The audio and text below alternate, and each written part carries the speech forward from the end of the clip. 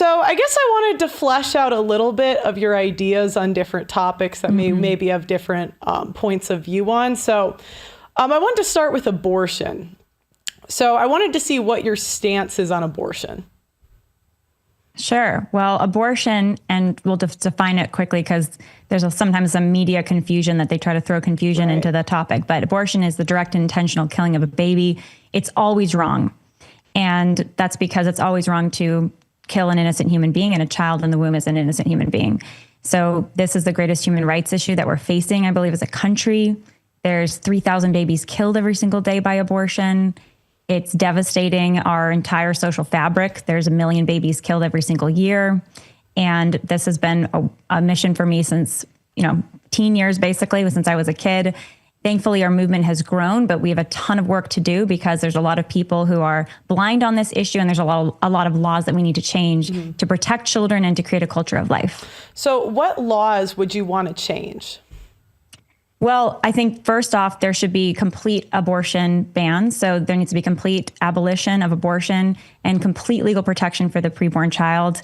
That's the most important law. And then I think there's also public policies we could do to make America a friendlier place for families, more tax credits and cash, quite frankly, cash money given directly to families who have children so that it's easier to raise families. So there's a lot of pro-life positive public policy. But the biggest thing is we need to protect babies in the womb from abortion. Okay.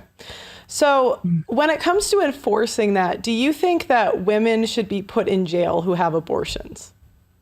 I think that, yeah, if somebody is intentionally, willfully, with full knowledge pursuing the crime of killing the baby, whether that's a woman or she's someone else outside of her, it's a man who's pushing that on her, or another woman, the abortionist obviously committing the act, there should be criminal penalties for that. Okay.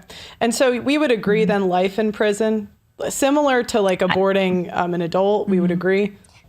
I mean, I think it's going to depend on killing an adult. My bad. Sorry. Go ahead. Yeah, that's okay. I think it depends. I mean, every state has different kinds of homicide laws, and there's different penalties depending on different circumstances, different degrees of murder. So I think it'll depend. I mean, right now, for example, if you commit infanticide, you kill a newborn baby, right?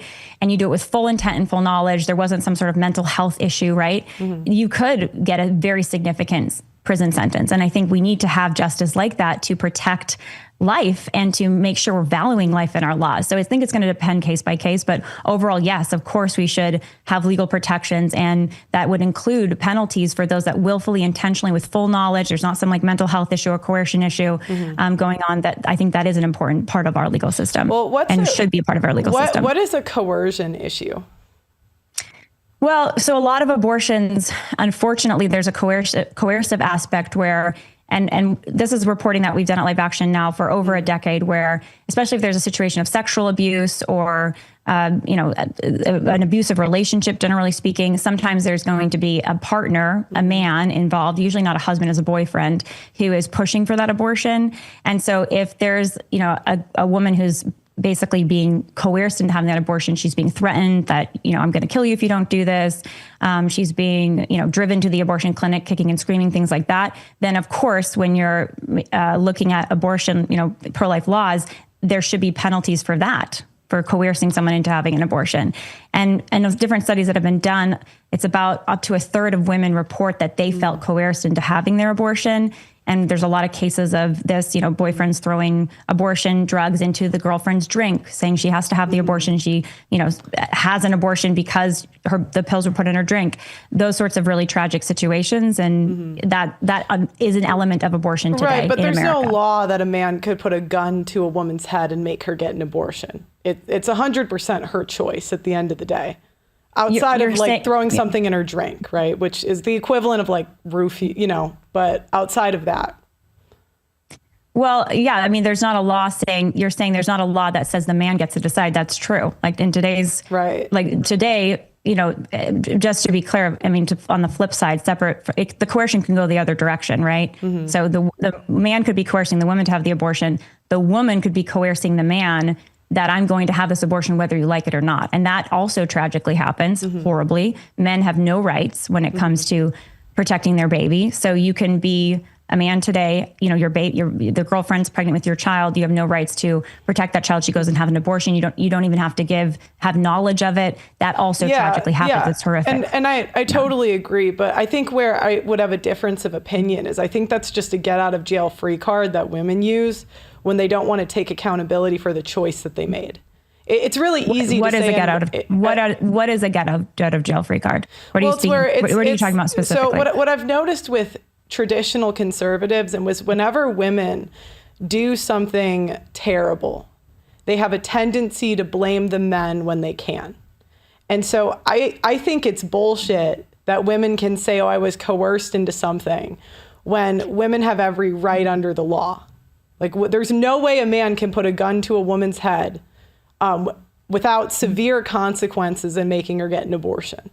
So I see what you're saying. Yeah, so I think we agree that of course it should be illegal, and it is largely speaking to physically harm someone, correct, you know, outside of the womb anyway. It's not a baby on the womb. They're up for being killed, which is horrific, right? But yeah, I mean, technically, if a woman is, you know, physically dragged to an abortion clinic or threatened, she could, you know, probably have a legal case against him, and it would be great if she could pursue that. They don't always get pursued, so that's a problem. But the reality is abortion involves coercion often on one or the other side. And that's another element of just us allowing the killing of babies in this country. And that anybody has a consent to kill the baby is wrong. No one should have that right to kill. There's no right to kill.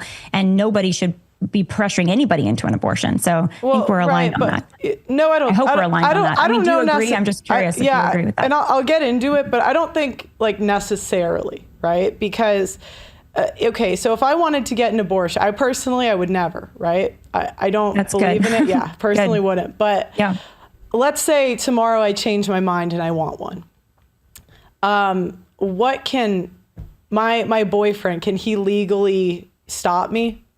No, and that's part of the that's part of the horror of this, right? Right. I mean, we just did a panel. But the other way around, like if he wanted me to get one and I wanted to have the kid, he can't do anything.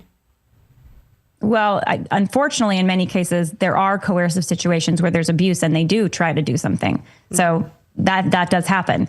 You could say it's technically illegal. Like she could call the cops and say, get him out of here. But in a lot of domestic abuse situations, you know, even calling the cops doesn't always work for multiple reasons. There's a lot of complexity there. So it's just another sad, dark part of our culture today, unfortunately. But how? Like how is calling the cops not a solution? Well, I mean, I don't know how much go ahead. I don't know how much you've kind of looked in. So Live Action News reports on some of these cases, right?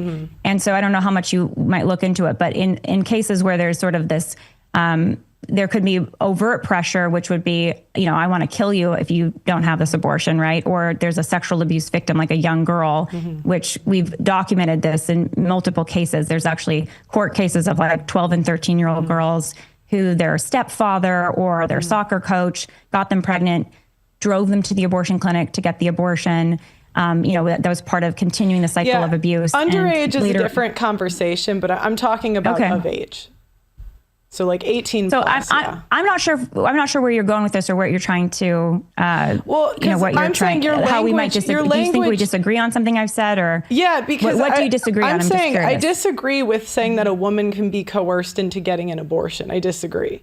Okay. Because the women have the police on their side, and we have all of the laws are on our side. So there's nothing that a man can, like, he can tell you to go get one, but you can say no, F you, and not.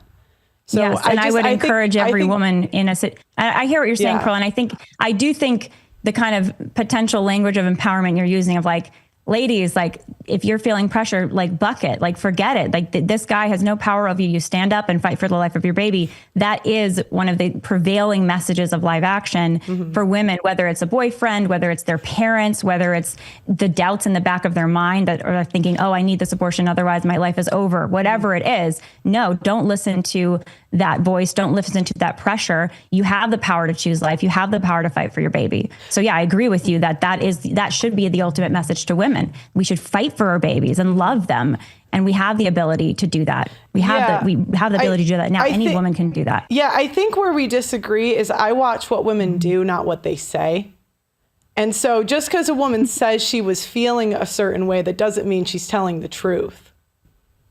It's like anyone can feel I mean, that's certainly coerced, possible for right? some women. Yes. A lot of women. Yeah. Yeah. I mean, it depends on the women you talk to, but yeah, there's going to be some women who, you know, may feel a certain way and not act by their feelings, or, you know, certainly people can blame other people for their actions. I think that can happen. So I know that, you know, from what I know of your content, I know you say, you know, you have a lot of broad sweeping statements about, you know, men at large or women at large, and, you know, women kind of are, I don't know, I don't want to put words in your mouth, but, and certainly there are bad actors out there doing bad things. So I'm not going to act like there aren't. Okay.